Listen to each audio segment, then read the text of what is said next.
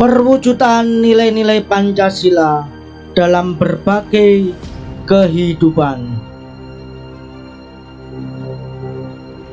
Sila-sila dalam Pancasila merupakan satu kesatuan yang tidak terpisahkan. Masing-masing sila Pancasila tidak dapat dipahami secara terpisah dengan sila yang lainnya. Tata urutan Pancasila memiliki makna saling dijiwai dan saling menjiwai oleh sila sebelum dan sesudahnya. Oleh karena itu, tata urutan Pancasila tidak dapat diubah karena akan menghilangkan makna Pancasila sebagai satu kesatuan. 1. Perwujudan nilai-nilai Pancasila dalam bidang politik dan hukum. Perkembangan bidang politik meliputi persoalan lembaga negara, hak asasi manusia, demokrasi, dan hukum. Pembangunan negara Indonesia sebagai negara modern salah satunya adalah membangun sistem pemerintahan yang sesuai dengan perkembangan zaman. Lembaga negara dikembangkan sesuai dengan kemajuan dan kebutuhan masyarakat dan negara. Pengembangan lembaga negara dapat dilakukan berdasarkan pada lembaga yang sudah ada di dalam masyarakat, menciptakan lembaga baru, atau mencontoh lembaga negara dari negara lain.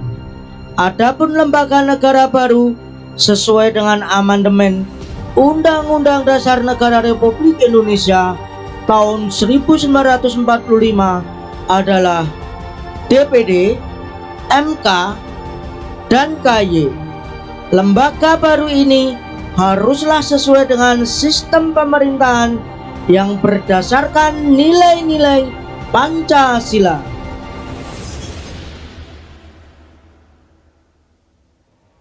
Bangsa Indonesia menghargai hak asasi manusia sesuai dengan nilai-nilai Pancasila, bukan hak asasi manusia yang mengutamakan kebebasan individu atau mengutamakan kewajiban tanpa menghargai hak individu, namun hak asasi manusia yang menjaga keseimbangan antara hak dan kewajiban. Hak asasi manusia yang dijiwai oleh nilai ketuhanan yang Maha Esa, kemanusiaan yang adil dan beradab, persatuan Indonesia, dan kerakyatan yang dipimpin oleh hikmat kebijaksanaan dalam permusyawaratan perwakilan, serta mewujudkan keadilan sosial bagi seluruh rakyat Indonesia.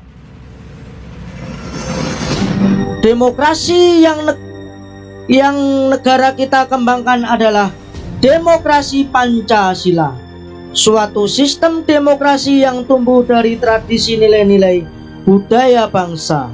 Demokrasi mengutamakan musyawarah mufakat dan kekeluargaan.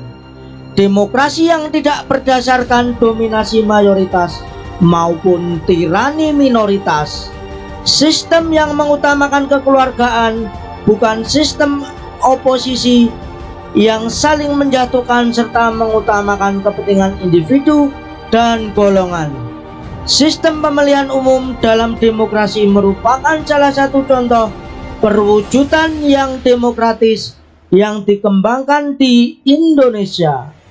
Pemilihan umum untuk memilih pemimpin sudah dikenal oleh sebagian besar masyarakat Indonesia sejak dahulu. Bentuk ini dapat dikembangkan dengan menerima cara pemilihan umum di negara lain, seperti partai politik, kampanye, dan sebagainya. Namun, pemilihan umum yang terjadi haruslah sesuai dengan nilai-nilai Pancasila.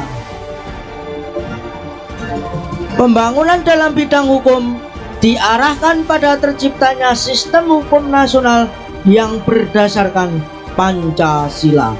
Hukum nasional harus bersumber pada nilai-nilai Pancasila sebagai sumber dari segala sumber hukum, peraturan perundang-undangan yang berlaku tidak boleh bertentangan dengan nilai-nilai Pancasila yang dapat disusun berdasarkan norma sosial yang berlaku dalam masyarakat Indonesia maupun dari luar, namun tetap sesuai dengan nilai-nilai Pancasila. 2. Perwujudan nilai-nilai Pancasila dalam bidang ekonomi. Sistem perekonomian yang dikembangkan adalah sistem perekonomian yang dijiwai oleh nilai-nilai Pancasila. Landasan operasional sistem ekonomi yang berdasarkan nilai-nilai Pancasila ditegaskan dalam Undang-Undang Negara Republik Indonesia tahun 1945 pasal 33 yang menyatakan beberapa hal berikut. 1.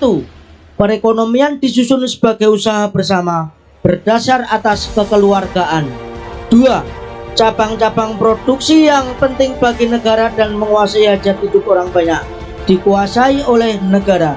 3. Bumi dan air dan kekayaan alam yang terkandung di dalamnya dikuasai oleh negara dan dipergunakan untuk sebesar-besarnya kemakmuran rakyat. 4. Perekonomian nasional diselenggarakan berdasarkan atas demokrasi ekonomi dengan prinsip kebersamaan, efisiensi, berkeadilan, berkelanjutan. Berbagai wujud sistem ekonomi, baik yang sudah ada di dalam masyarakat Indonesia maupun sebagai bentuk pengaruh asing, dapat dikembangkan selama sesuai dengan nilai-nilai Pancasila. Dalam masyarakat saat ini sudah dikenal adanya bank, supermarket, mal, bursa saham, perusahaan dan sebagainya. Semua lembaga perekonomian tersebut dapat kita terima selama sesuai dengan nilai-nilai Pancasila. 3. Perwujudan nilai-nilai Pancasila dalam bidang sosial budaya. Tujuan pembangunan nasional adalah terwujudnya masyarakat adil dan makmur berdasarkan Pancasila. Kita menghendaki terwujudnya masyarakat yang berdasarkan Pancasila. Masyarakat di sekitar kita selalu mengalami perubahan sosial dan budaya.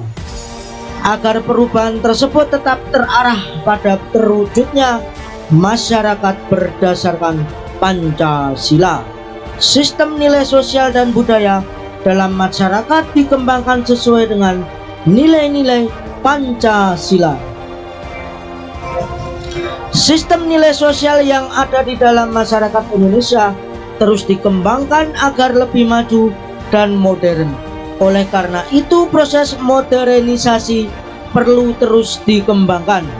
Modernisasi tidak berarti westernisasi, namun lebih diartikan sebagai proses perubahan menuju ke arah kemajuan. Nilai-nilai sosial yang sudah ada dalam masyarakat yang sesuai dengan Pancasila, seperti kekeluargaan, musyawarah, serta gotong royong, terus dipelihara dan diwariskan kepada generasi muda. Demikian juga nilai-nilai sosial dari luar, seperti semangat bekerja keras, kedisiplinan, dan sikap ilmiah, dapat diterima sesuai nilai-nilai Pancasila. Sikap feodal, sikap eksklusif, dan paham kedaerahan yang sempit serta budaya asing yang bertentangan dengan nilai-nilai Pancasila perlu dicegah perkembangannya dalam proses pembangunan. Ilmu pengetahuan dan teknologi merupakan contoh budaya asing yang dapat memperkaya budaya bangsa. 4. Perwujudan nilai-nilai Pancasila dalam bidang pertahanan dan keamanan. Pembangunan dalam bidang pertahanan dan keamanan serta tegas dinyatakan dalam Undang-Undang Negara Republik Indonesia tahun 1945 pasal 27 ayat 3 yang menyatakan bahwa pembelaan negara merupakan hak dan kewajiban setiap warga negara.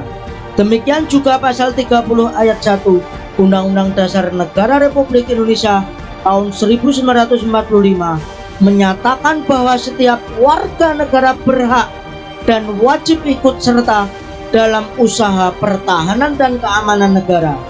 Usaha pertahanan dan keamanan negara Indonesia dilakukan melalui sistem pertahanan dan keamanan rakyat semesta.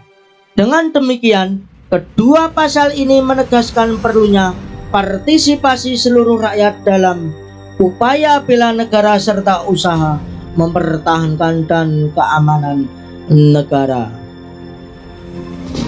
Bentuk partisipasi rakyat dalam pembelaan negara sudah ada dalam masyarakat. Hal tersebut dibuktikan dengan adanya kegiatan ronda malam atau sistem keamanan lingkungan Siskamling yang melibatkan masyarakat secara bergantian. Di beberapa daerah juga terdapat lembaga masyarakat atau adat yang bertugas menjaga keamanan masyarakat seperti pecalang di Bali. Lembaga ini dibentuk dari masyarakat sekitar untuk menjaga keamanan lingkungan masyarakat. Coba amati di lingkungan masyarakat kamu, apakah ada lembaga adat yang memiliki tugas untuk menjaga keamanan atau sejenisnya? Pada saat ini terdapat beberapa organisasi keamanan yang dibentuk secara sengaja dan terorganisasi secara modern, seperti pertahanan sipil, satuan pengamanan lingkungan, dan sebagainya. Dari orang di atas memperjelas dan membuktikan kepada kita bahwa Pancasila mampu menampung dinamika perkembangan masyarakat. Pancasila bukanlah ideologi tertutup yang tidak dapat menyesuaikan dengan perkembangan dan bersifat kaku.